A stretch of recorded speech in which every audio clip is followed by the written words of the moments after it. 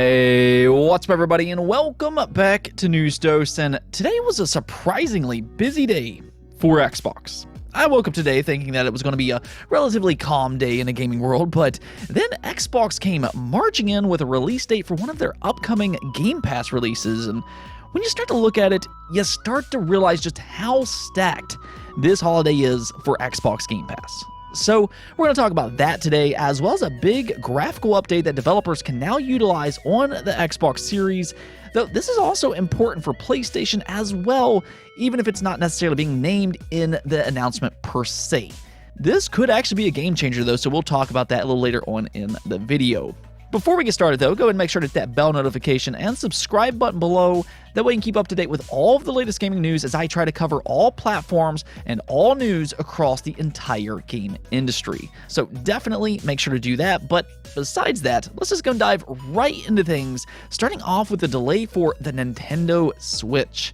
Yeah, it's been a few weeks since we've last talked about a delay, I believe. I guess we were just overdue here and got a little too comfortable, as Hello Games just confirmed that No Man's Sky for the Nintendo Switch will no longer release this summer as originally planned.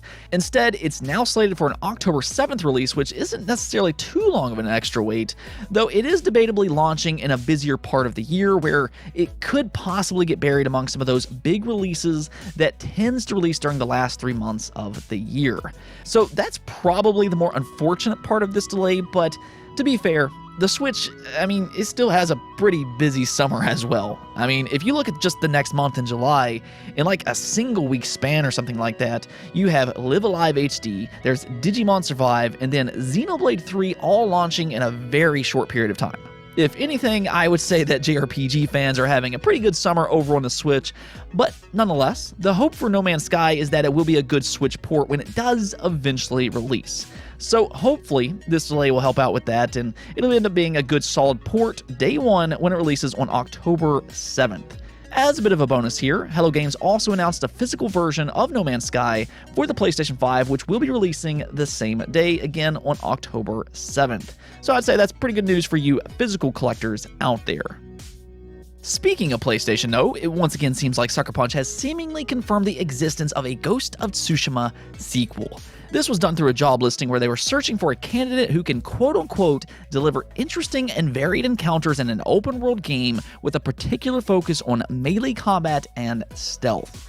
So yeah, even though the job listing doesn't flat out say that the game in question is Ghost of Tsushima related, it sure does sound awfully similar, to say the least. So you can kind of take that as you will, but really this isn't necessarily the first time that Sucker Punch has done something like this. Some of their job listings in the past also sounded like that they could possibly be working on a sequel here, which it shouldn't be overly surprising just because of how insanely successful the first game was. And considering that was a new IP and everything, its success was absolutely crazy at the time, and a sequel, it does seem like a bit of a no-brainer here.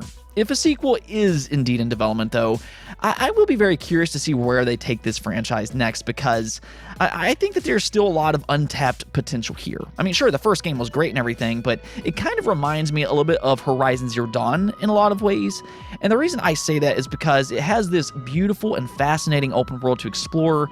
It's got a good premise, it's overall got a good solid combat, but I still felt that its story could be improved. And just its overall gameplay design, I think that could be a little bit more refined. And that's exactly what happened in Forbidden West. It was a huge improvement over the first game and just heads and shoulders better than Zero Dawn. And that's kind of what I'm hoping to see with a sequel for Ghost of Tsushima. Let me know though, what would you like to see Sucker Punch do with a Ghost of Tsushima sequel if they are indeed developing one? Let's go and talk about Xbox Game Pass though, because their holiday truly is starting to become absolutely stacked. We'll kind of get back to that here in just a moment, but a big reason that I'm saying that is because Focus Entertainment and Asobo just revealed more gameplay for A Plague Tale Requiem, and they also announced its official release date, which is now set for October 18th. Now, I think anybody who's played the first game, they know exactly why there's so much anticipation for the sequel. I stand very firm on this statement, but I do legitimately believe that first game was one of the best single-player, story-driven games that released last generation. It's this double-A game with a fascinating premise of a girl taking care of her sickly brother in a rat-plagued world, running away from the Inquisition. It was fun to play with its stealth-based mechanics, it had good atmosphere, and it had this emotionally driven story that sits with you long after you finish its story. Again, it's just a great game, and if you haven't played it already, please go do so if you like these type of games. You absolutely will not regret it. But its sequel, though, it did get a new gameplay reveal today, and once again, it immediately grabs you with that emotionally driven story, and its stealth-based gameplay, once again, looks better than ever. Amicia and her little brother, they have these new abilities and gadgets to play around with, and overall, it just looks great. Now, I will say that some of the stealth-based takedowns wasn't as quiet as they probably should have been without alerting other guards, but overall, I really enjoyed what we saw today. It looks really good, and you will get the chance to play it yourself on October 18th when it releases for the PlayStation 5, Xbox Series, the Nintendo Switch, PC, and of course, if you have Xbox Game Pass, you will be able to download it day one at no extra cost. Yeah, that's right, and as soon as I saw that A Plague Tale Requiem was releasing into Game Pass on October 18th, I was kind of like, okay, hang on here for a minute. Aren't there like several big games launching into Game Pass right around that same time frame? So I double checked to see for myself, and yeah, it is absolutely stacked, especially in the month of October. In October alone, here are the already confirmed releases. Of course, on October 18th, you do have A Plague Tale Requiem, as we just mentioned, but then on the 21st, both Persona 5 Royal and Scorn are both releasing the same day. Yeah, that's going to be a tough decision on which one to play first for a lot of gamers out there. On one side, you have one of the most praised JRPGs to ever exist finally making its way over to Xbox, and then Scorn, which is this super spooky like 3D Metroidvania type of game. I don't know exactly how that one will turn out just yet, but I know that there's a lot of excitement for Scorn, and that's the thing about Game Pass. You'll get the chance to play it yourself day one without worrying about reviews or anything like that. There's also High on Life, which I've talked a lot about in this channel. This is actually one of my more anticipated games set to release this year, again in the month of October. Really, that October month is looking insane, but this is a game developed by Squanch Games and the co-creator of Rick and Morty, Justin Roiland. It's being described as a AAA or III first-person shooter Metroidvania. It's got an attractive art style, the gameplay looks unique and fun, and highly humorous as you'd expect. I really believe that this could be a surprise hit, though, when it releases this October. Atomic Heart is also planned to release right around the same time frame as well. Now, this one's not 100% confirmed just yet, and in a world filled with delays, you never quite know. But if Atomic Heart does release in 2022 as currently planned, that one is a huge one. This game really does look fascinating to me with its over-the-top setting and gameplay. It looks like it has this crazy amount of potential if it's executed correctly. Then Xbox has a few first-party games releasing, being Grounded in September. That will actually be its full release, and then in November, Pentiment, being developed by Josh Sawyer over at Obsidian Games, is set to release as well. So, like I said, Game Pass is absolutely stacked this holiday, and keep in mind, this is still not the full entire lineup either. There'll be plenty more announcements as we get into those months, but yeah, I think for you Game Pass subscribers out there, you're going to have a fun overall year. Moving on though, AMD made a very interesting announcement today as they posted this over on Twitter. We are very excited to provide Fidelity FX Super Resolution 2 to Xbox developers. FSR2 can be found in the most recent GDK-X samples, building cross-platform for Xbox Series X and S, Xbox One, and Windows Desktop. Many thanks to Microsoft for this continued collaboration. Now, this is actually really exciting stuff for Xbox, and I'm actually going to take this even a step further and say for PlayStation as well. I'll kind of get back to that here in just a moment, but what this means for the moment is that Xbox developers will now be able to utilize FSR 2.0. And if you don't know what FSR 2.0 is, this is kind of AMD's version of NVIDIA DLSS 2.0. Now, based on what I've seen so far, it's not quite as good as DLSS, as Digital Foundry reported that games like God of War, which already makes use of FSR on PC, does have some issues with ghosting and particle effects, but it, however, does do exactly what it was intended to do, and that is to dramatically improve performance on graphically intensive games while retaining its image, or at least here for the most part.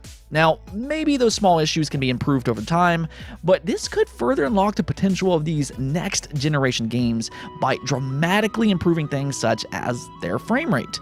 Think Starfield as an example. Some fans have noticed that the first gameplay trailer of Starfield did have some performance issues, and that's where FSR 2.0 can come in and just kind of save the day. They could implement FSR and automatically boost its frame rate to make for a much more stable 60 frames per second. This could also potentially allow for more games to run at 60 frames per second while at 4K resolution, or even allow developers to take advantage of other things like ray tracing without that major performance hit. So this is actually a very big graphical update here, and this is exactly why it's just so exciting for gamers. Now, like I said before though, even though AMD is announcing this specifically for Xbox, keep in mind that FSR 2.0 is not necessarily exclusive to Xbox. It is open source, so there's nothing necessarily stopping developers from implementing it on the PlayStation 5 if they choose to do so. However, because it's not natively supported like it is on Xbox, it might require developers to do a little extra work, but again, it is open source. It's just here that it's directly being included in the GDK for Xbox. However, do expect all next generation games to get benefits from this if a developer wants to take advantage of it. Now, that's completely up to each individual studio, but we could see some big improvements for all platforms, whether that be the Xbox Series or the PlayStation 5. Two platforms, though, that I think will really benefit from this would be the Xbox Series S and then the Steam Deck. With both these platforms using AMD technology and not having access to NVIDIA DLSS, FSR 2.0 then becomes that perfect solution for these platforms, unlocking even more performance gains. I think both of these platforms are viewed as great options for the price tags, but I think something like FSR 2 makes them even more enticing because I think developers will be able to push their limits even further. So overall, this really is a great graphical update here, and as I continue to say, the further that we get into this generation, do expect games to look better and better, and tools like this are a big reason as to why. Let's go and take a look at the poll of the day, though, where I asked you all on which big upcoming Final Fantasy game are you most excited for? I mean, Square Enix, they're going all out in Final Fantasy right now with games like Crisis Core Reunion. That's releasing later this year. Then there's Ever Crisis, which is still such a shame that it's not coming over to consoles and PC as of this moment. I mean, this is Square Enix that we're talking about, but that's just a completely different matter, though. Where it gets really crazy, though, is next year, where they have Final Fantasy 16 coming in the summer, and then 7 Rebirth, which is planned for a winter release. That's 2 huge games releasing back-to-back, so I wanted to know which one are you most excited for, and the winner here was Final Fantasy VII Rebirth with 42% of the votes, while 16 took 33% of the votes. So the results here were actually pretty close, all things considered, and I'm glad you all could come to a conclusion here because I don't know if I can actually answer this question. I'm really just so excited for both these games. On one side, Final Fantasy VII is one of the greatest games ever made, and I think that 7 Remake was handled so well. It's an absolutely phenomenal game that has expanded the story and its characters considerably so. So I'm excited to see where Rebirth takes it next, though at the same time, 16, from what we've seen so far, I think it looks great. It's a completely new release, so I have no idea what to expect other than that it's a more mature-themed Final Fantasy game. For the first time ever, a mainline Final Fantasy is looking to have a mature rating, and I want to see how that turns out. So again, I don't know if I can necessarily answer this one, but I guess I'll kind of go with Rebirth as well, just because I know for a fact 7 Remake was good, and I do expect the same from Rebirth. But I mean, again, from what we've seen in 16, I think that it looks really good as well, and I'm always excited to play completely new games. I mean, really, this is just such a tough question. I guess I'll go with Rebirth again, but yeah, it should be a fun year for Final Fantasy fans out there next year in 2023.